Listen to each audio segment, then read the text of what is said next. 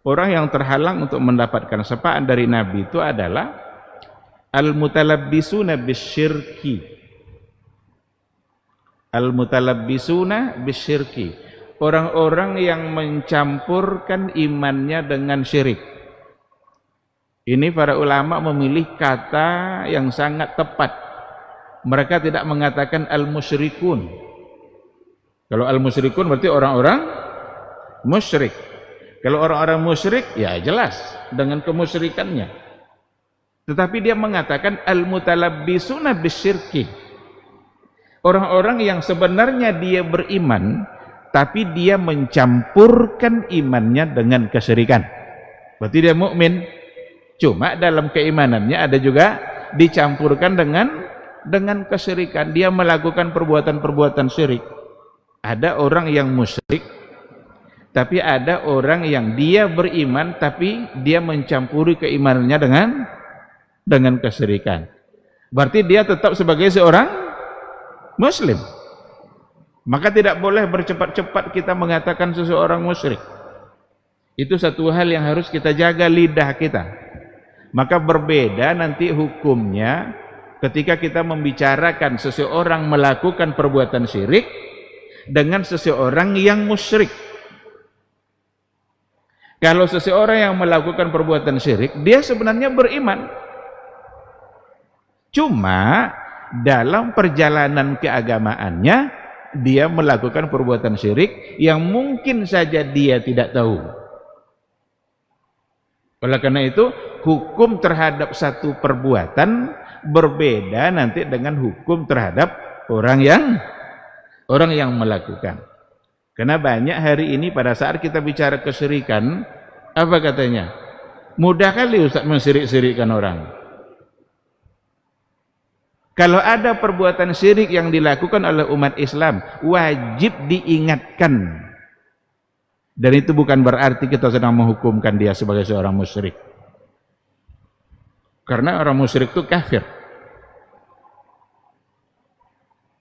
Lam yakunil ladzina kafaru min ahlil kitab wal musyrikin. Jadi alladzina kafaru awalnya. Yang kafir ini siapa? Min ahlil kitab wal musyrikin. Jadi beda. Ini perlu dipahami baik-baik agar tuduhan itu tidak berlama-lama. Ada kita bicara tentang satu perbuatan seseorang yang ternyata perbuatan syirik, dan bukan berarti pada saat itu kita sedang menghukuminya sebagai seorang yang musyrik. Mungkin karena ketidaktahuan, tidak jelas bagi dia persoalan itu. Nah, oleh karena itu, kenapa perlu diingatkan? Karena mencampuri keimanan dengan kesyirikan itu akan membuat kita menjadi terhalang untuk mendapatkan syafaat dari Rasulullah sallallahu alaihi wasallam. Saya sampaikan dua hadis, satu riwayat Imam Muslim dan satu lagi riwayat Imam Bukhari, dan dua-duanya adalah hadis yang sahih. Yang pertama, an Abi Hurairah qala Rasulullah sallallahu alaihi wasallam, dari Abu Hurairah radhiyallahu taala anhu, qala Rasulullah sallallahu alaihi wasallam, Rasul berkata, apa kata Rasul? Inna likulli nabiyyin da'watan mustajabah. Sesungguhnya setiap nabi itu memiliki doa yang dikabulkan oleh Allah. Jadi semua nabi itu memiliki doa yang kalau dia berdoa, Allah pasti akan kabulkan. Fata'ajjala kullu nabiyyin da'watahu. Nabi-nabi yang sebelum saya sudah meminta dan menyampaikan permohonannya itu. Dia sudah berdoa kepada Allah, sudah ada doanya dan sudah dikabulkan pula oleh Allah. Wa inni, adapun saya, ikhtaba'tu da'wati syafa'atan li ummati yaumal qiyamah. Adapun saya simpan dulu doa itu. Tidak saya minta sekarang ketika hidup di dunia ini. Ikhtaba'tu, saya sembunyikan dulu, saya simpan doa saya, syafa'atan li ummati yaumal qiyamah. Doa Nabi itu nanti dalam bentuk memberikan syafaat kepada umatku yaumal qiyamah, pada hari kiamat.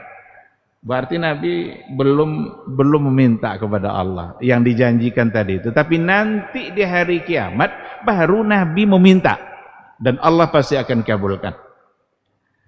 Lalu kata Rasul, fahiya nailatun insyaallahu man mata min ummati. Maka syafaat saya itu yang saya minta kepada Allah itu nanti nailatun insyaallah akan dicapai dan didapatkan insyaallah. Siapa mendapatkannya? Man mata min ummati. Siapa yang wafat di antara umatku la yusyriku billahi syai'ah. Dia wafat dan dia tidak melakukan perbuatan kesyirikan. Dia wafat dalam keadaan imannya murni hanya kepada Allah dan tidak mencampuri sedikit pun keimanannya itu dengan kesyirikan. Berarti kalau seandainya ada orang yang wafat lalu ternyata ada di antara dosa-dosa syirik yang dia belum meminta ampun kepada Allah Subhanahu wa taala, berarti dia menjadi bagian yang tidak mendapatkan syafaat itu, terhalang. Berdasarkan kepada hadis ini, nailatun insyaallah man mata min ummati la yusyriku billahi syai'ah, akan didapatkanlah syafaat itu oleh umatku. Ketika Nabi mengatakan ummati, siapa itu maksudnya? Apakah para sahabat saja? Apakah sampai pada generasi tabi'in saja? Masuk enggak kita kira-kira? Masuk semua umat sampai hari kiamat nanti. Karena siapapun yang hidup sampai hari kiamat, sesungguhnya mereka adalah umat Rasulullah sallallahu alaihi wasallam. Tapi dengan syarat mati dalam keadaan la yusyriku billah syai'ah. Dia tidak mensyirikkan sedikit pun Allah Subhanahu wa taala. Kalau syirik berarti keluar di cancel. Dia tidak dapat syafaat dari Nabi. Maka dosa syirik itu tidak akan hilang begitu saja. Dosa-dosa syirik kita mesti kita memohon ampunkan kepada Allah Subhanahu wa taala. Kalau tidak, dia tidak akan hilang. Beda sama dosa-dosa yang lain, mungkin saja Allah mengampuni bagi siapa yang menghendaki, bagi siapa yang dikehendaki oleh Allah Subhanahu wa taala. Bahkan ada di antara dosa kita yang terhapus oleh air wudu. Kan ada hadis kan? Tidaklah seorang muslim berwudu lalu ia membasuh wajahnya kecuali dosa-dosa wajahnya berguguran seiring dengan tetesan air wudu.